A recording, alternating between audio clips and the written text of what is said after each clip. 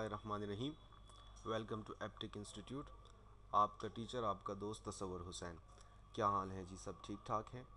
अच्छा भाई, Adobe Photoshop के हवाले से हम डिस्कशन कर रहे थे और लास्ट टाइम हमने दो चार चीज़ें जो कि बेसिक में आती हैं डिस्कस की। सबसे पहले हम आते हैं, कोई भी पिक्चर ओपन करते हैं बेटा, उसके बाद रूल्स के मुताबिक आपने क्या करना है जी, इमेज में आना है and then click on duplicate. Okay कर दे भाई, इसका एक डुप्लिकेट बन गया, दो फाइलें हो गई। ओरिजिनल फ़ाइल जो है वो यहाँ से आपने क्लोज़ कर देनी है, डुप्लिकेट फ़ाइल रह गई और उसके बाद लॉक ख़त्म करने के लिए डबल क्लिक किया एंड देन ओके कर दिया। ठीक हो गई बात। तो now you are ready to go on. अब आप इजीली काम कर सकते हैं, कोई प्रॉब्लम नहीं होगा। रूल्स के मुताबिक हमने फ़िलहाल सिर्फ मूव टूल जो है उसको डिस्कस किया और शो ट्रांसफॉर्म पर मैंने बात की। आज आपको थोड़ा सा फर्दर उसके बारे में बताता चलूँ भाई। अगर फॉर एग्ज़ाम्पल हम चाहते हैं कि भाई इसका साइज़ जो है वो हम चेंज करें और साइज़ जो है वो जितना है मुझे उसके हाफ़ जितना चाहिए, समझ रहे हैं मेरी बात को? तो अगर हम उसको छोटा करते हैं भाई, तो आपको तरीका बताया था कि शिफ्ट का इस्तेमाल करके आपने छोटा करना है। अब हमें ये नहीं पता कि ये कितना छोटा हुआ, ठीक है। इसी तरह अगर मैं ये कहता हूँ कि नहीं जी मुझे इसको बड़ा करना है, तो मुझे ये भी नहीं पता कि ये कितना बड़ा हुआ है रेशोज़ के हवाले से, यानी वी डोंट नो, ठीक है। तो फिलहाल मैं इसको डोंट अप्लाई करता हूँ और मैं चाहता हूँ कि भाई ये जितना है उसके हाफ जितना छोटा हो जाए। तो तरीका क्या होगा भाई, कि आपने पॉइंटर जो है ये बिल्कुल बॉर्डर पे ले आना है जब शो ट्रांसफॉर्म लगा हो, ठीक है। शो ट्रांसफॉर्म वाला टिक मार्क लगाना है, यहाँ पे आपने सिंगल क्लिक कर देना है और अब आपके पास एडिशनल इंफॉर्मेशन आ गई है इस पिक्चर के हवाले से। कुछ इजाफी ऑप्शंस आ गए, उसमें आप देख रहे हैं भाई W represent for with and H is height, और यहाँ इन दोनों के दरमियान एक छोटी सी कमांड है मेंटेन एक्सेप्ट रेशो। इस पर क्लिक कर दे भाई। इसमें एक फैसिलिटी है कि जब आप विद चेंज करते हैं तो हाइट खुद चेंज होती है, और इस वक्त देख रहे हैं परसेंटेज में आपको विद एंड हाइट बताई जा रही है। सो मुझे इसके हाफ जितना चाहिए, तो बड़ा आसान हो गया, हमने यहाँ पे 50 लिख देना है। समझ रहे हैं मेरी बात को? तो ये लिखा 5 और लिखा 0, और आप देख सकते हैं कि मैंने विद में चेंजेस की, हाइट खुद ब खुद चेंज हो चुकी है। And now click on move tool and then click on apply. Clear हो गई बात? तो अब आप देख सकते हैं कि भाई ये जो पिक्चर जितनी थी बिल्कुल उसके हाफ जितनी हमने इसको छोटा कर दिया। एक चीज़, दूसरी बात जो मैं आपको बताने जा रहा हूँ भाई आज इसी मूव टूल के हवाले से, वो है रोटेशन। कि जब मैं इसको रोटेट करता हूँ तो वी डोंट नो कि अब हमने इसको कौन से एंगल में रोटेट किया, ठीक है। हम एक तुक्का लगा सकते हैं, लेकिन हम चाहते हैं कि नहीं भाई मुझे एग्जैक्ट पता होना चाहिए कि what is the angle for this picture. अब इस वक्त इसका कौन सा एंगल है, तो एंगल की इंफॉर्मेशन भी आपको यहाँ मिल रही है भाई। जहाँ पे हमने वाइट विथ चेंज की थी, आप देख सकते हैं दैट इज़ कॉल्ड एंगल, और आपको इस वक्त एंगल बता रहा है सेट रोटेशन के नाम से कि भाई 29 पॉइंट में। कि तो नहीं जी मुझे 45 डिग्री एंगल चाहिए, तो आप बिल्कुल एग्जैक्ट एंगल जो है यहाँ पर डिफाइन कर सकते हैं भाई। And then click on move tool and then click on apply.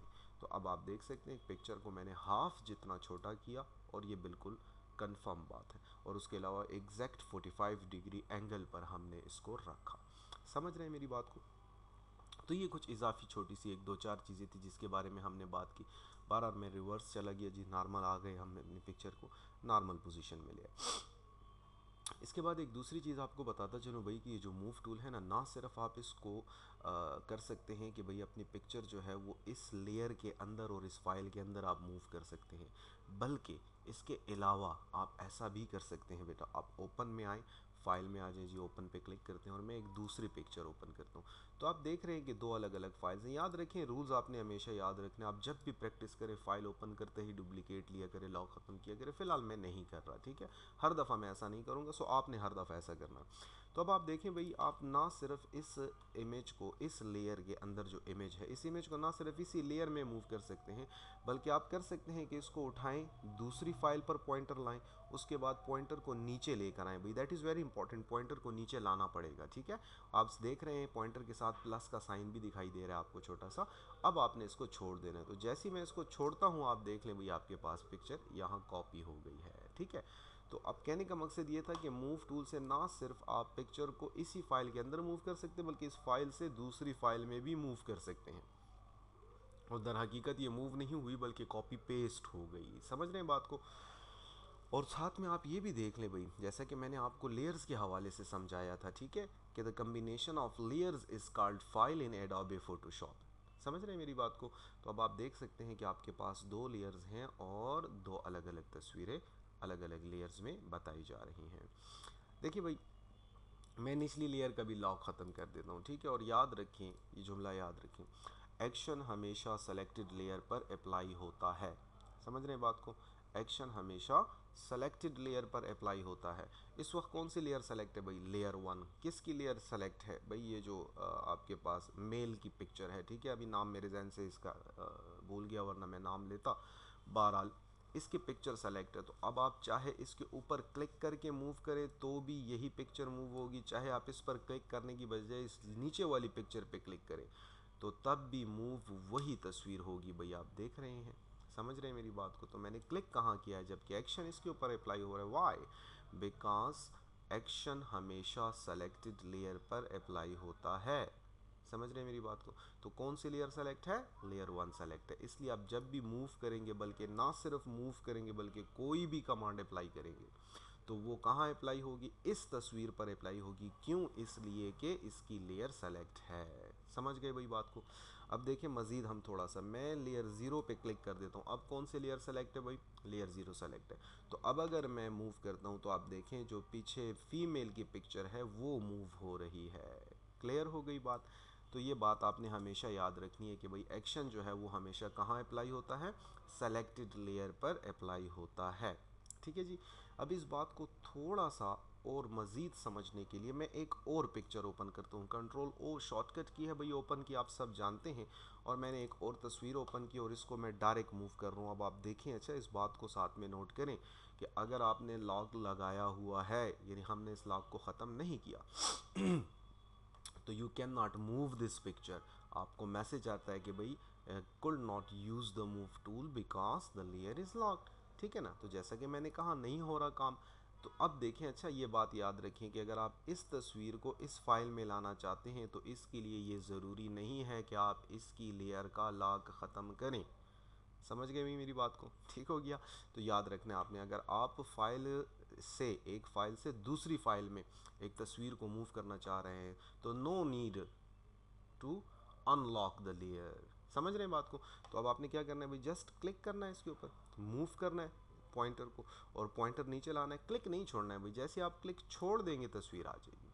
तो देखा भाई आपने, तस्वीर यहाँ मूव हो चुकी है, उसकी अपनी लेयर आ चुकी है और हमको वो तस्वीर दिखाई दे रही है। इस वक्त लेयर 2 सेलेक्ट है, तो अब अगर मैं मूव करूँगा तो आप देखेंगे सिर्फ लेयर 2 के जो ऑब्जेक्ट है वो मूव हो रहा है। लेयर 1 पे क्लिक करके मूव करूँगा तो लेयर 1 का ऑब्जेक्ट मूव होगा। और अगर मैं लेयर 0 पे क्लिक करके मूव करूँगा, चाहे मैं यहाँ से पॉइंटर के ज़रिए किसी भी जगह पर क्लिक करो, उससे फ़र्क नहीं पड़ रहा। मूव कौन सी इमेज हो रही है भाई? वो वाली इमेज के जिसकी लेयर को हमने सेलेक्ट किया हुआ है। तो मैं समझता हूँ कि बात काफ़ी हद तक क्लियर हो चुकी होगी। दूसरा एक रूल जो है भाई वो भी आज समझ लें, लेयर के ही हवाले से बात कर रहे हैं। याद रखें भाई, सबसे ऊपर ये लेयर है, ठीक है।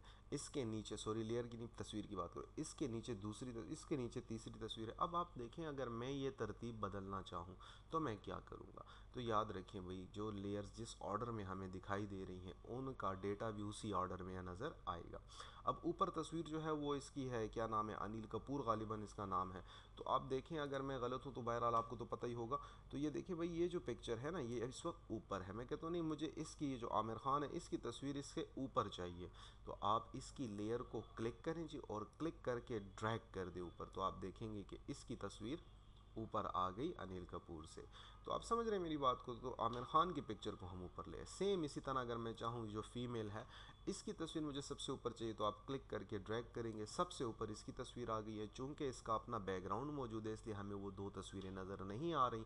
अगर आप इसको देखना चाहते हैं तो ज़रा क्लिक करके इसको मूव कर दें तो आपको समझ आ जाएगी कि हाँ भी पीछे बैकग्राउंड में दोनों तस्वीरें पड़ी हुई हैं। क्लियर हो गई बात? तो दैट इज़ द कॉन्सेप्ट भाई, कि एक्शन हमेशा सेलेक्टेड लेयर पर अप्लाई होता है। ठीक है जी। अच्छा, साथ में एक बात और भी आपने समझ लेनी है आज, और वो ये है कि अगर मैं ये चाहता हूँ कि मैं जिस ऑब्जेक्ट पे क्लिक करूँ, गौर से सुने ठीक है, मैं जिस ऑब्जेक्ट पे क्लिक करूँ उसकी लेयर खुद ब खुद सेलेक्ट हो जाए। समझ रहे हैं मेरी बात को?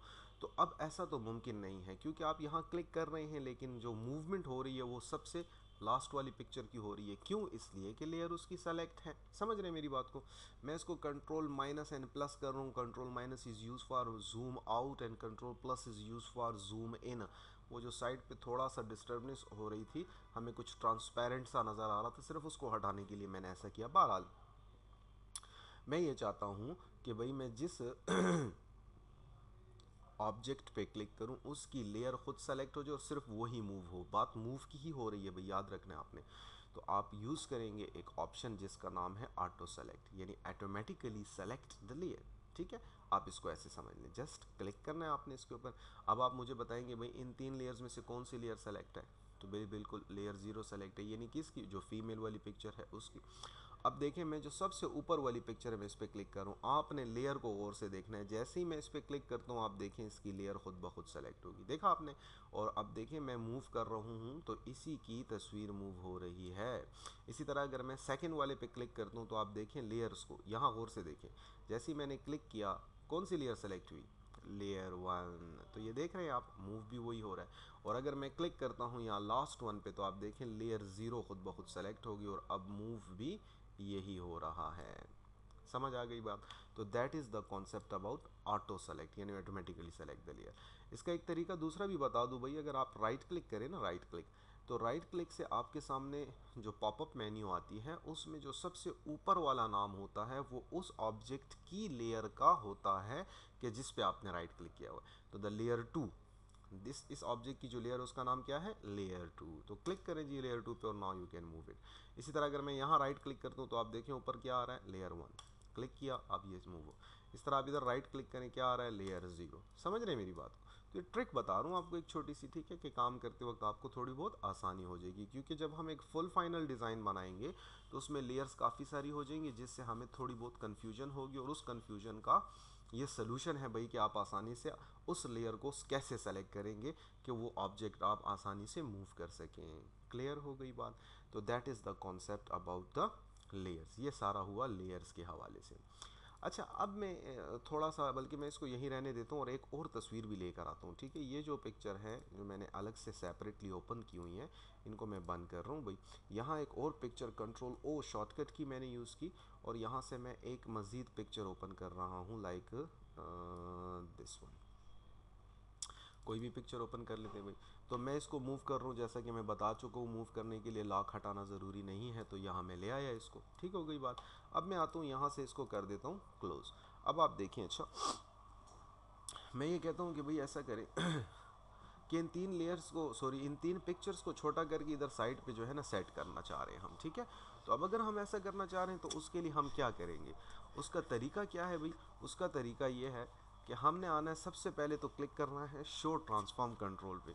जब आप शो ट्रांसफॉर्म कंट्रोल पे क्लिक कर देंगे तो आपके पास फैसिलिटी आ गई, आपके पास फैसिलिटी आ गई। Now you can change the size of your image, ठीक है?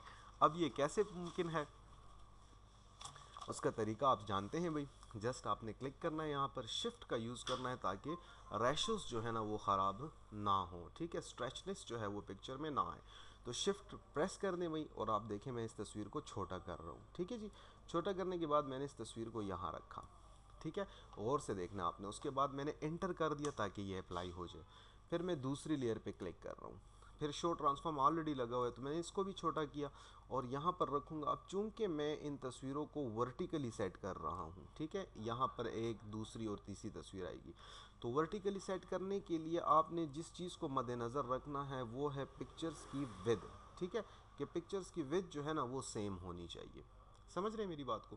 तो अब आपने इसको भी क्लिक कर दिया जी, ये भी हो गया अप्लाई, ठीक है? उसके बाद मैं दूसरी वाली तस्वीर के ऊपर क्लिक करता हूँ और इसको शो ट्रांसफॉर्म के साथ हमने छोटा किया और इसको भी आपने वही विद रखनी है। ये अंदाजे के मुताबिक मैं विद जो है वो सबकी एक जितनी रख रहा हूँ, ठीक है? हाइट से फ़र्क नहीं पड़ता, कोई लंबाई में कम या ज़्यादा हो कोई इशू नहीं। अब अप्लाई हो गया भाई। अब हम इसको ऊपर नीचे सेट करने जा रहे हैं। तो ये जो सबसे नीचे तस्वीर है इसको मैं नीचे रहने देता हूँ, इसके ऊपर वाली तस्वीर जो है वो मैं इसको ऊपर, और ये जो है ये सबसे ऊपर, ठीक है? तो इस तरह से हमने इसको सेट करना है। अब आप देखिए, अच्छा जो इशू आएगा हमारे सामने हम उसका भी सोल्यूशन निकालेंगे। और आ गया भाई इशू, जो ऊपर तस्वीर है वही नहीं आ रही, तो तीसरी तस्वीर हम कैसे लेकर जा सकते हैं वहाँ पर, ठीक है? तो अब कॉन्सेप्ट ये है कि मैं इन तीनों पिक्चर्स को एट अ टाइम छोटा करना चाह रहा हूँ ताकि तीनों एक ही रेशो में छोटी हों। तो क्या ऐसा मुमकिन है? बिल्कुल मुमकिन है भाई। तरीकाकार ये है कि आपने सबसे ऊपर वाली लेयर को क्लिक करना है, सेलेक्ट कर दिया, शिफ्ट का बटन प्रेस करें और जो आखिरी लेयर है यानी लेयर 1 इसके ऊपर क्लिक कर दें। तो आप देखें ये तीनों लेयर सेलेक्ट हो गई हैं। अब आप शो ट्रांसफॉर्म जो है ऑलरेडी लगा हुआ है ना, अगर ये नहीं है तो फिर आप इसको टिक मार्क लगा दें। उसके बाद यहाँ से कॉर्नर से शिफ्ट के ज़रिए इसको छोटा कर दिया ऐसे। समझ रहे हैं मेरी बात को? छोटा करने के बाद हमने इसको एंटर कर दिया। अब आपने क्या करना है कि जी जो लेयर 3 है इसको उठाया सेलेक्ट करने के बाद और इसको ऊपर रख दिया। ठीक हो गई बात। अब ये देख सकते हैं आप बिल्कुल सही आ गया। अगर ये सही ना आता तो फिर मैं इन तीनों को सेलेक्ट करता इन केस अगर ये इस तरह बड़ा होता, ठीक है, तो फिर इन तीनों को सेलेक्ट करके और मैं यहाँ से छोटा कर देता यूँ करके। क्लियर हो गई बात? तो ये इसकी तरतीब बिल्कुल ठीक हो जाती। Then click on move tool and then apply और फिर उठा के हमने इसको यहाँ रख दिया। अब मैं चाह रहा हूँ कि ये जो तस्वीर है इसका मुंह मुझे इस तरफ चाहिए, तो मैं क्लिक कर लूँ लेयर 1 पे। आप देखें ये जो शो ट्रांसफॉर्म है ये आपको हेल्प कर रहा है कि जिससे आपको ये पता चल रहा है कि कौन सी इमेज जो है वो आप सेलेक्ट कर रहे हैं। ठीक है, अब अगर ये ना ही सेलेक्ट होता तो अब देखें यहाँ से देखकर हमें कुछ ख़ास अंदाज़ा नहीं हो रहा कि कौन सी लेयर या कौन सी इमेज सेलेक्ट है। तो अब आप लेयर 1 के ऊपर क्लिक के साथ में शो ट्रांसफॉर्म लगाएं तो आपको ईजीली क्लियर हो जाएगा। और भी बहुत से तरीके, लेकिन ये एक आसान तरीका था। अब मैं ये चाह रहा हूँ कि भाई ये जो है ना इसका मुँह राइट साइड पे लेफ़्ट साइड पे करना है, तो I want to flip this image. तो बिल्कुल भाई वी कैन, क्योंकि हम कमांड जानते हैं। एडिट में आए then click on transform and then click on flip horizontal. तो आपने देखा पिक्चर जो है वो फ्लिप कर गई इस तरह। तो आप देख सकते भाई हमने सिर्फ मूव टूल के ज़रिए एक इमेज जो है वो डिज़ाइन की जिसके अंदर 4 तस्वीर हैं हमारे पास। ये एक फुल पिक्चर है और उसके अलावा 3 छोटी तस्वीरें हमने सेट करके और साइड पे लगा दी। तो दैट इज़ द कॉन्सेप्ट कि भी आप इसको कैसे यूज़ कर सकते हैं। ये हुआ तरीका किस चीज़ के हवाले से भाई, कि भाई आपने किस तरीके से एक से ज़्यादा तस्वीरों को एक ही फाइल के अंदर सेट करना है और how to use the move tool. और डिस्कस हो गया कि भाई ऑटो सेलेक्ट जो है वो किस लिए इस्तेमाल होता है। ठीक हो गया भाई, इतना काफ़ी है भाई। इसके ऊपर थोड़ा प्रैक्टिस करें और फर्दर जो है वो हम नेक्स्ट लेक्चर में इंशाल्लाह डिस्कशन करेंगे। ओके भाई, थैंक यू भाई, अल्लाह हाफिज़।